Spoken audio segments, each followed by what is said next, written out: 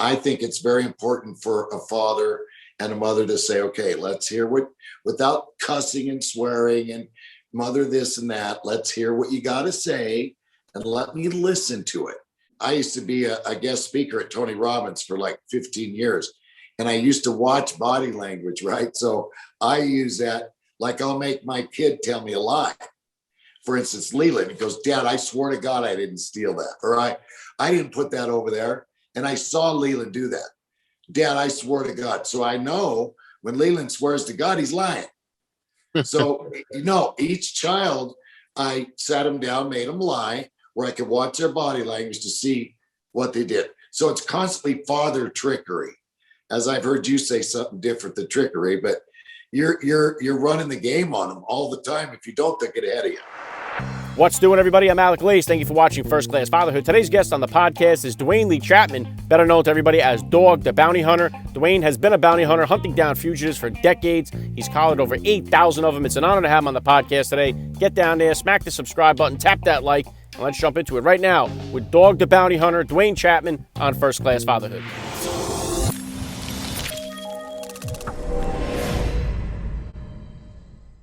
Joining me now, First Class Father, Dog the Bounty Hunter, Duane Chapman. Welcome to First Class Fatherhood. Oh, thank you, sir. Nice of you for having me to First Class Fatherhood. Thank you. Well, let's start it right here. How many kids do you have? How old are they? 12 children, 11 still alive, from 50s to my youngest is 20. He'll be 21 in January. Yeah, amazing, Dog. And if you could, just for the one or two people who may not know, if you could just take a second to hit my listeners with a little bit about your background and what you do. I have been a bounty hunter for 42 years. I have arrested successfully over 8,000 fugitives in that 42-year period. And I am a father of, like I said, 11. It was 12. One passed away. And I work every day. I also have a production company where we produce a few TV shows. And I was lucky enough years ago to get a TV show called Dog the Bounty Hunter, which I include most of my children. And they follow us around America and sometimes other countries to arrest felonious individuals that have flown or that flee justice. Yeah, you've had an incredibly successful career. I really honor the work that you do. And so take me back to the beginning here, Dog, about how old were you when you first became a dad, and how did becoming a father kind of change your perspective on life? Well, I became a father at 15 years old. And of course, again, at 16, my father physically abused me as far as spankings, very bad. So I always wanted to have a child that I could tell myself I could love on and not beat. The first time I had a child, we brought him home from the hospital, and I was so astounded that I was in charge of this human being that I called the sheriff's department to register him, because I had no idea you didn't have to. And the sheriff was Roof Jordan in Texas, and he goes, "Okay, I'll come out there and you can register him." And of course, he thought I was a nut, and he better go out there to see. And he came out there and faked it. And he's like, "All right, let me write it. What's his name?" Yeah, he registered what's his name? Let's see the bed, the crib, And I thought, okay, he's registered. Like he's a dog that had registered after I got his shots. So, but my whole life changed. I loved and still do love being a dad or being called dad. And then there's a second step no one tells us about. After dadhood, you become grandpa. And that's the best. The grandpa's better than the dad, believe it or not. Yeah, I hear about that. I'm in no hurry to get there myself, but I'll take your word for it on that. Now, you have a lot of kids. You've been through a lot of different relationships. What is the relationship like with all of your kids? And what type of disciplinarian are you as a dad? I'm terrible disciplinarian. That's up to the mother, okay? Because I think that's scripturally who needs to discipline. Because we're too tough. We're men. Mom spank him, whoop him, put him in the corner. Daddy will love on him. Oh, it's okay. Mom's crazy too with us. What was the first part of your question? I like that. What is the relationship like between all of your kids? Well, it's rocky. Okay, the older they get, the better they get, the more they learn. Dad sure learned a lot, but I felt bad because I have a lot. And once in a while we get in a beef, right? And there's relationships and they get in arguments back and forth. So I went to church 3 weeks ago to this particular pastor, and he said, dog, throughout the Bible, parents have got along with their children, and brothers have got along with brothers, and sisters with sisters. And he goes, let's just start with Cain and Abel. And boy, he named David in the coats where they threw him in the pit. Oh my gosh, almost every brother or father and son in the Bible has beefed or daughter. So it is a normal thing. Now, there are some families, God bless their souls, that are just the brightest little families, and they never argue, and those kids mind everything they say. I don't know how they did it.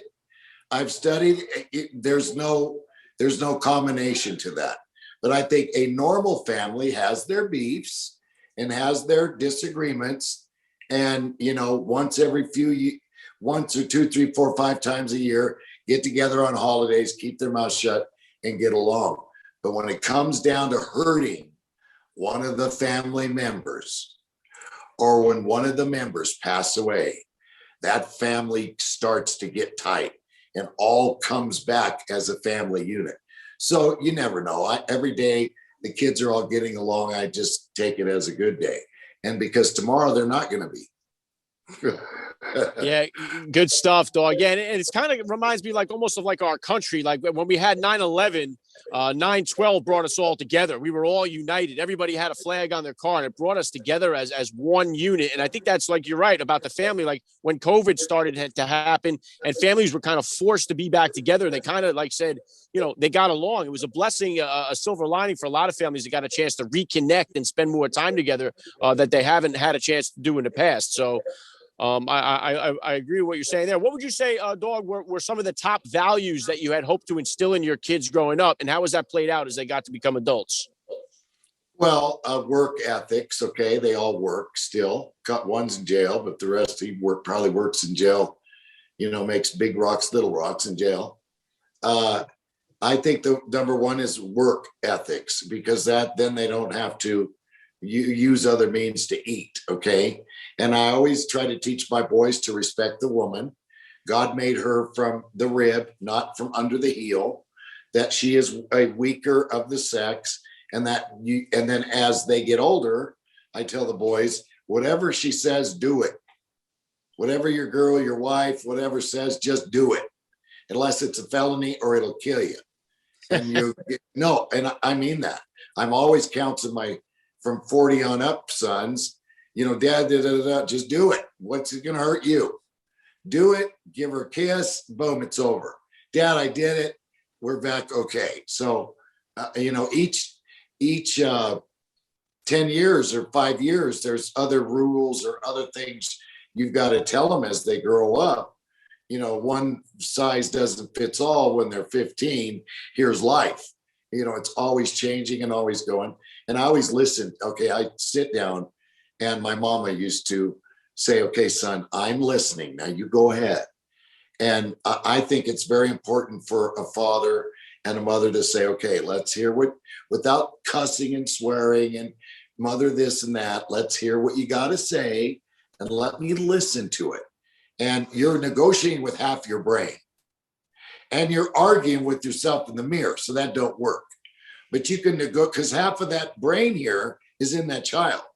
So if you can spur out the part of you that you're talking to, make it listen, the little beast you made, if you can make the kid listen, then you're going to win. Because then, and if of course it's the other one, the wife's side, you can recognize that also. So I used to be a guest speaker at Tony Robbins for 15 years. And I used to watch body language, right? So I use that, I'll make my kid tell me a lie. For instance, Leland, he goes, Dad, I swear to God, I didn't steal that. Or I didn't put that over there. And I saw Leland do that. Dad, I swear to God. So I know when Leland swears to God, he's lying. So, each child I sat them down, made them lie, where I could watch their body language to see what they did. So it's constantly father trickery. As I've heard you say something different than trickery, but you're running the game on them all the time. If you don't, they'll get ahead of you.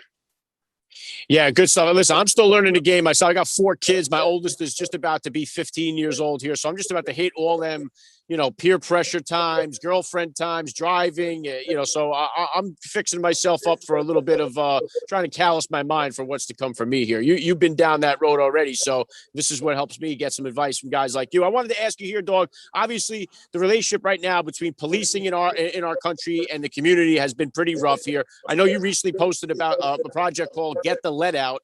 I recently had Brazilian Jiu-Jitsu master Renzo Gracie. He's working on what's called lead tactics and trying to reform and introduce Brazilian Jiu-Jitsu, which he's done in other countries.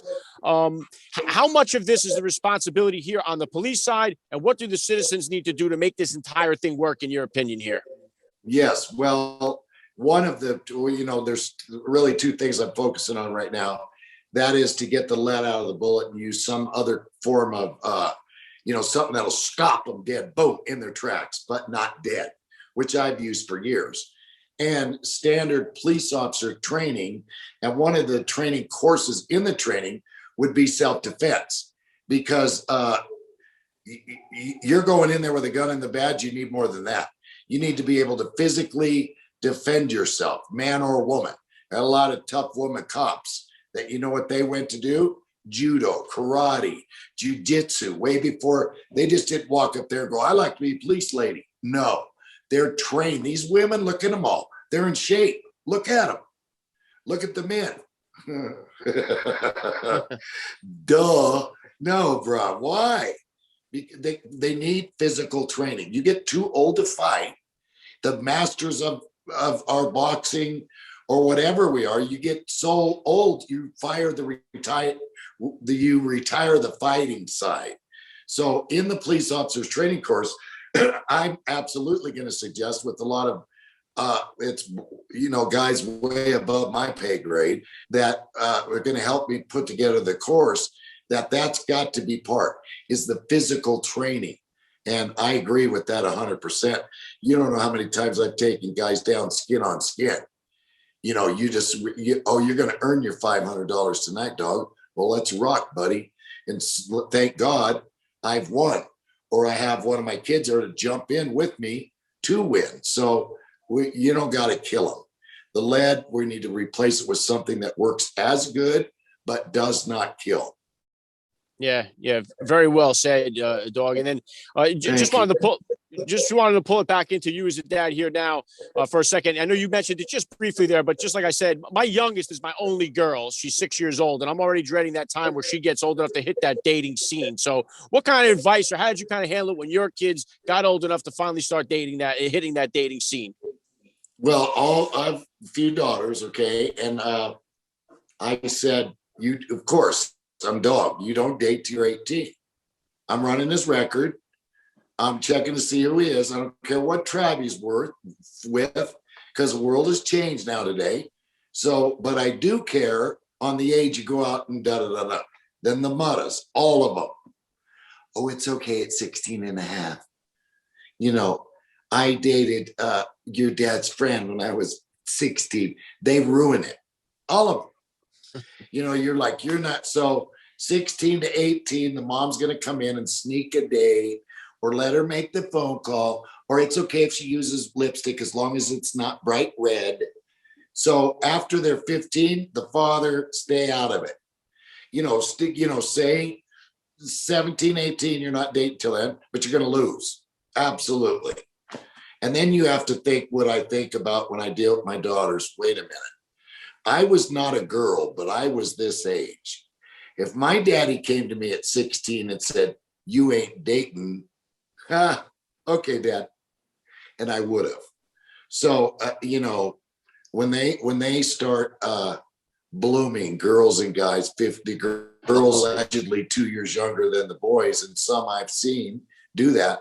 But when they start blooming and they start maturing, then you just got to, watch out. And put the mom on them. Yeah. If you're a single dad, put your brother, the uncle, on them. because you're going to lose, brother. Yeah, I'm in no hurry to get to that stage as well, but I know it's coming for me. So I got she's got 3 older brothers, so I'm hoping that they'll be able to help me in that capacity when the time comes. So I wanted to ask you about your faith, dog, real quick here too, because I'm a faith-based person myself. One of the most important parts of the day for me is my family. We all sit down at the dinner table every night. We pray before dinner. How important is your faith to you, and how did it kind of help you guide through the recent passing of your wife? Well, my faith, I believe, is everything. I thank you for saying that. It's been almost 2 years since Beth's been in heaven. And thank God I prayed for, the Bible says, I do not wish a man or a woman to be alone. So I used that scripture and said, how'd you give Adam his old lady? What'd you do? Listen, I got to go to Christian.com. What the heck? And then I saw that scripture and started praying, and I got my girl right now, Francie. But I think faith is everything, especially as you get older, because finally one day I just realized, I'm going to die. I guess I really am. So you can either go with faith and hope and believe in faith that God's there, or not. And then if you're wrong, you're screwed. You really got a problem. No, and I like living a better life and try to be a Christian life. And, I wake up earlier in the morning. My diet is better. I just feel better about myself. I really do, right? Rather than being, kind of a mean prick and not, I go to the Bible when it's like, what should I do with the kids? What did David do? What did so-and-so do?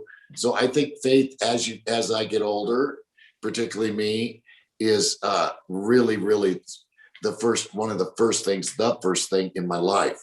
And now I'm old enough to have seen absolute, unbelievable, non-doubting miracles, which we call in our 30s and 40s circumstances or good luck.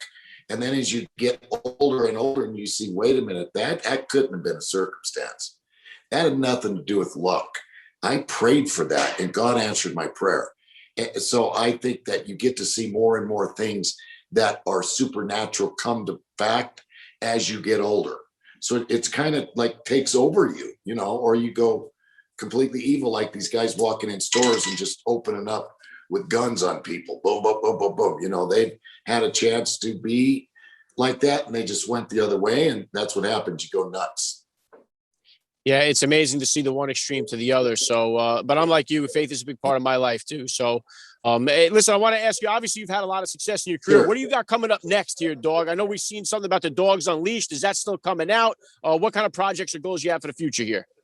Well, we had a good idea about the Dog Unleashed, but it didn't work out with the place we was working with. So we're evaluating right now, but I think people want to see more than just straight up bounty hunting. Francie and I have been going around the country in churches speaking, and not that you're going to see people draw up with crutches and throw them away. I mean, I wish that would happen. It might, but we're not going to have, things like that. You know what I mean? But we're talking about tents, putting them up. Here's what the guy told me the other day. One of the smartest men I know, very high IQ. He said, dog, most ideas have come around the water bottle, okay?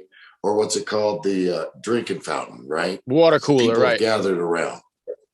Yeah, most ideas and have gathered around the water cooler. He said, dog, you've got some great ideas. They've taken the water cooler away and we're being held incommunicado. He and I had already planned this. He goes, dog, you know what you need to do? You need to get the motorhome, some tents, and get out there nationwide and get to talking to people. And that's right now, it looks like where we're headed. Okay. The networks are almost gone. As you see, we're doing this right now. It's like a TV show, right? Cable's almost every place we go to rent Airbnb doesn't have cable anymore. So what's the next step is in person, where we get over this mass deal, we get over this COVID, and we're doubtful if we'll ever be over it. but we're all getting safer. We're learning how to do it. I remember when people griped about a turn signal. Oh, how am I going to ever remember that? I remember you had to use your hand signals when I got a driver's license, so really, I think we've evolved now to the click. You just look now and it turns left. So I think that it's one-on-one and getting out there, maybe not one-on-one, but one with the crowd. So right now we're setting up to travel across American cities and states and do question and answer and, do things like that and just, help our brothers. I always get, no matter who I talk to, I've learned something today. I always learn something or feel better about myself when I talk to other people. So I think that's what we're going to do for a bit, but I'm still chasing bad guys. Oh, we're still going after the worst of the worst, but I don't think it's going to be so full time like that, like it used to be. Times are changing. Yeah, very well said. I look forward to seeing what you come up with in the future here. It's been amazing what you've done to help keep so many people safe and get so many bad people, evil people off the streets and away from our families. So, and thank you for what you've done. And the last thing I want to hit you with here, dog, I love to ask all the dads that I get on the podcast, what type of advice do you have for that new dad or for that about to be father who's out there listening? Well, for the about to be and the brand new, remember the baby's half of you. And whatever you like or whatever you love, do that to that baby. Whatever you really cherish and whatever you love and whatever dream you have about being good, be that to the baby. And you will not believe how much they love you. I remember this, okay? And this is how we'll close. I remember the first baby that I walked in on, and the doctor goes, "Here's your son," again named Duane Lee Chapman, the second. And I went, "Oh, wow, big deal." Right. I was like, well, I didn't hit me. I'm a dad, right? So the mom, though, because she carried that baby inside of her for so long, had a connection more than I did, right? Oh, the baby, the kiss, oh, my baby. And I'm like, oh, okay. I can't wait till he's 15. I bought my baby the first time a little tiny football. And my former mother-in-law said, he can't use that till he's older. I didn't know. Now, one day, Duane Lee was months old, and I left him somewhere for babysit. We went to like the drive-in, right?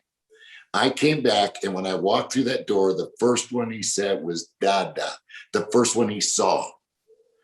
And he raised his hands up to me like that, and he couldn't even say Dada. He didn't do nothing. He just started wailing, "Oh, my daddy." Boom. It hit me so hard. I was like, oh my God, that's my baby. So don't think right away when you have the baby, that you're going to go in there like Rin Tin Tin. Wait, soon it's going to hit you. And then you'll be able to say, yeah, I'm a dad. Yeah, very well said, dog. I love the message. This has been an honor for me. I got to say, you're a first-class father all the way. Thank you for giving me a few minutes of your time here at First Class Fatherhood. Thank you. Love you, brother. When we're in your city, I would like to come see you.